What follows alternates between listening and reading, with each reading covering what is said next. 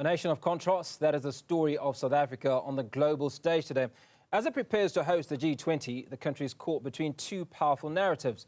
On one hand, it is a rising cultural empire, exporting the sound of Amapiano and the talents of global stars. On the other, it walks a diplomatic tightrope, grappling with energy crises in the last few years, fractured relations with traditional allies, and a global perception still haunted by crime and corruption.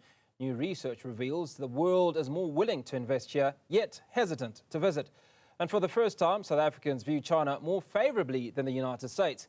Today, we dissect this complex brand with vibrant South Africa of global culture and the challenged South Africa of global politics and economics.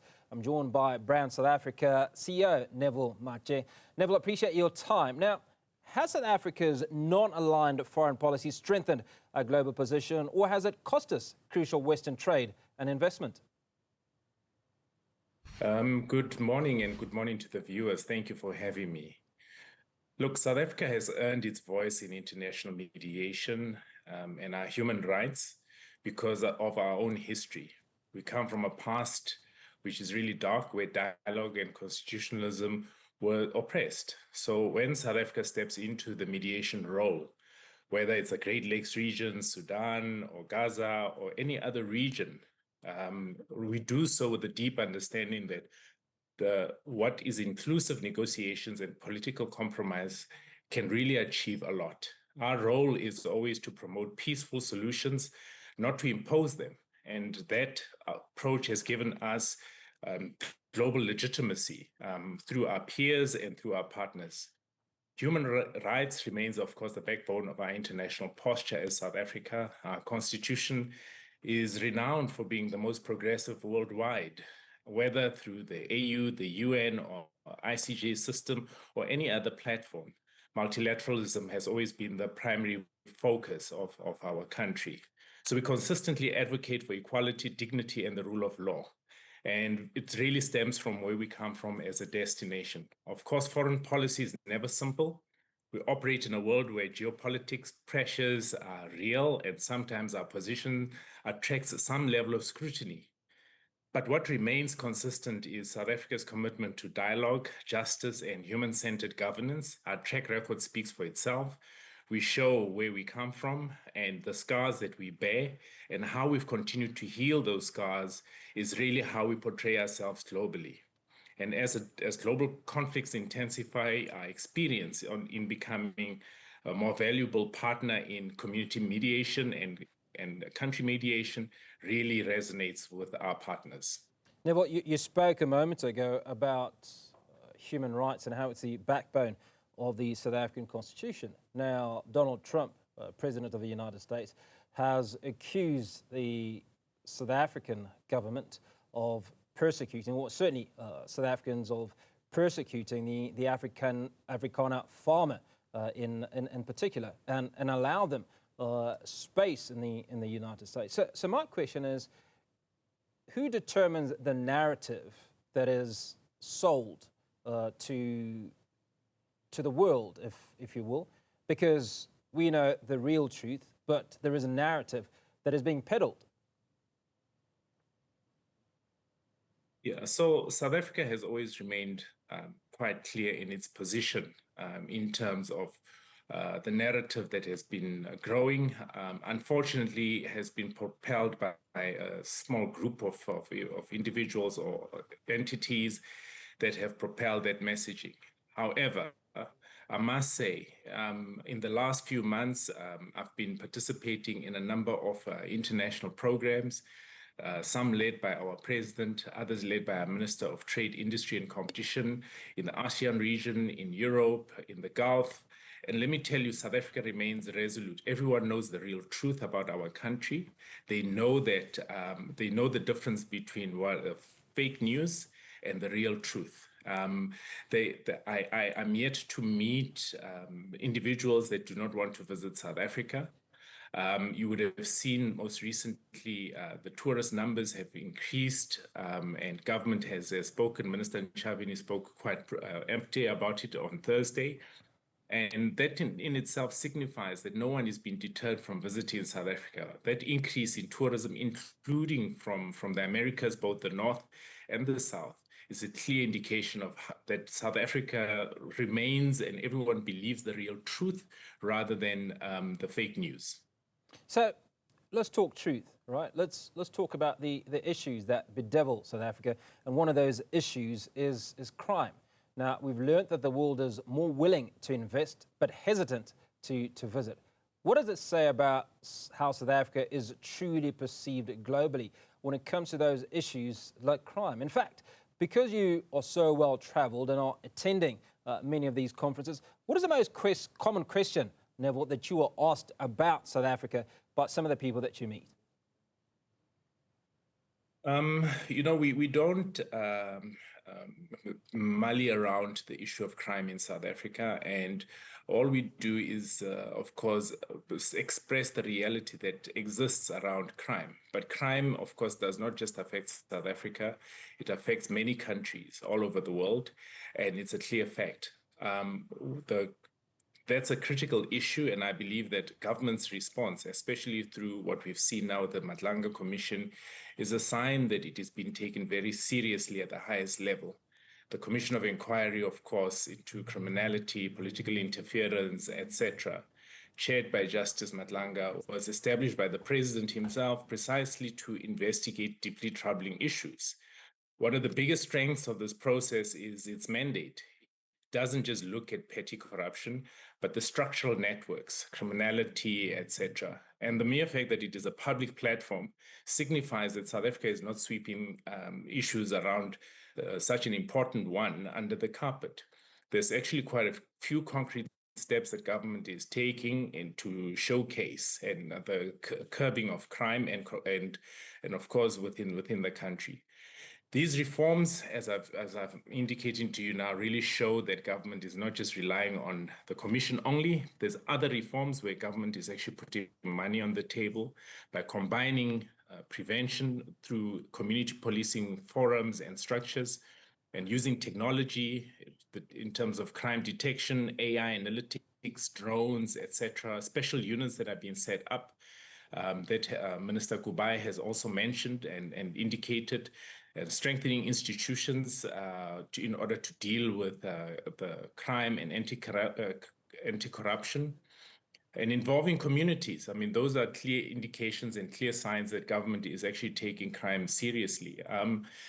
Of course, from a legislative perspective, there's the anti-gang strategy that has been launched by government that seeks to deal with the coordination of crime, so that the left hand knows what the right hand is doing from a crime perspective and crime prevention perspective. The policing reform, I just read recently that there's going to be over 5,500 new police trainees that are going to be recruited in 2026 because of a boost in terms of their budget, modernizing policing and technology. So all these are different reforms and different interventions that government is taking in order to curb crime and to deal with it. If we were not dealing with it, then most certainly you wouldn't be reading about these efforts. What we need to do as South Africans is, in as much as we would love to highlight the negativity around crime, we also need to also speak about the positive that is being taken, positive steps in order to curb crime. And as I've indicated, the mere fact that we're public about it, the government is public about it, is a clear indication that there's no effort of trying to sweep issues around criminality under the carpet. It's a very important topic for South Africa. And of course, it touches the real nerve of attracting investors to South Africa. But I must also indicate that in as much as it remains an issue, and of course, we are taking it seriously, and similarly for us from a Brand South Africa perspective, in terms of the messaging, we are quite clear in terms of how we communicate the message internationally.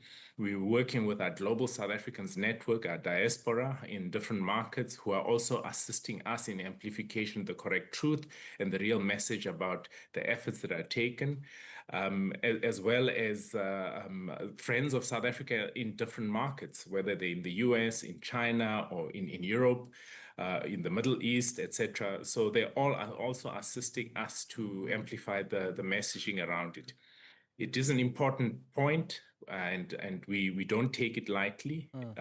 At the same time, our focus has been also to amplify the efforts that are taken by government to ensure that we don't look like we are camouflaging the real truth.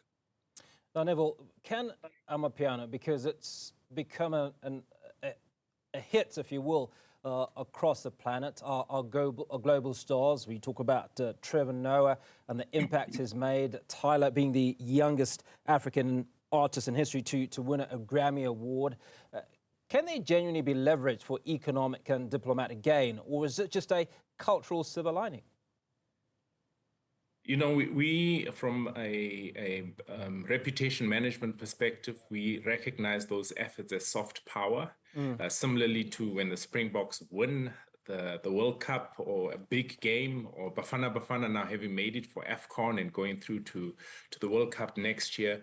Amapiano is also an important segment of the creative sector. Global recognition is much bigger than just the music trend. It's more than a cultural movement. It really puts South Africa on the map, firmly to the world stage, to showcase that really we are creative. Our young Tyler has really done as well. We're very proud of her.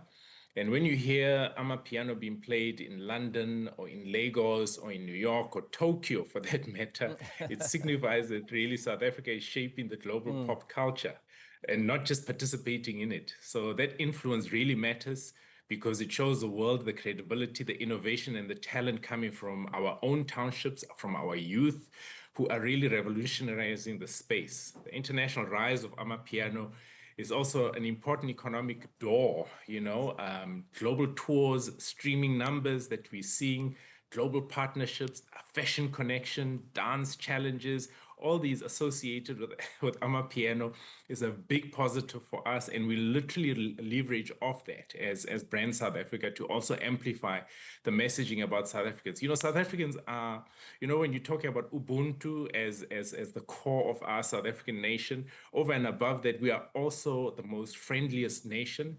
And you see it through our sports, our culture, our creative sectors. So we're quite excited about this sector, and we support it.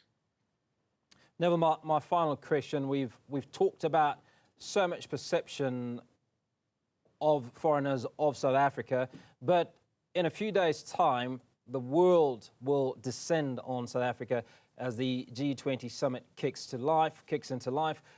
What is the story that those that are visiting South Africa are going to walk away with? So there's three critical areas. I think G20 in itself, our president has been quite clear. G20 is not only about South Africa; it's also about the African continent.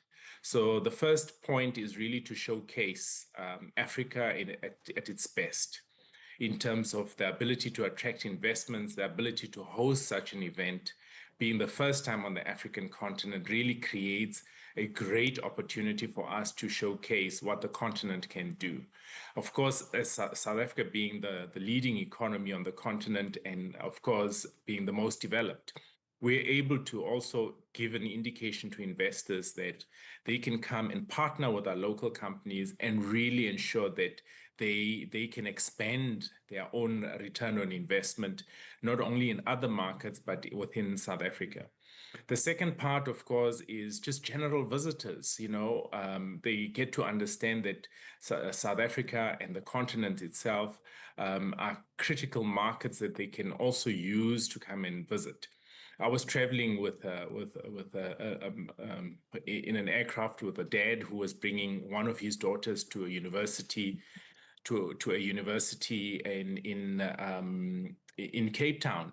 And he said after the first visit, the younger one, who had intended to study in a different location, decided that they want to come to South Africa, because initially they didn't know much about South Africa until they visited South Africa. Then they realized, wow, what a gem. This is the real destination to come in and study and live. And then the last part, of course, is on the economic side as well as the diplomatic side. As I mentioned earlier, of course, we've done and taken strides as a destination to position ourselves quite clearly in terms of the dark past we come from, and where we stand today in terms of the protection of human rights and who we are as a destination. So the visitors will get to really see the real truth about South Africa. They'll witness it for themselves. They don't have to be told about it. They can really see it for themselves when they visit South Africa. We're excited about it. It's going to create many opportunities and great linkages. The beauty about G20 is it's not just the government delegations that are coming and the heads of state that are visiting. There's a huge government the business component that comes with it.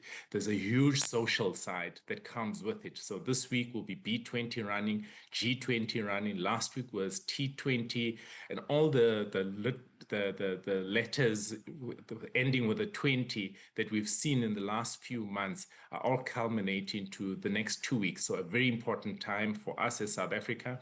And as Brand South Africa, we're excited. We are going to be propelling the great messaging about South Africa and who we are, and continuing to position South Africa as a destination of choice. Neville, absolutely fantastic speaking to you. Appreciate your time. Brand South Africa CEO Neville Matjie speaking to us about how Brand South Africa is spearheading part of that conversation when many descend on South Africa.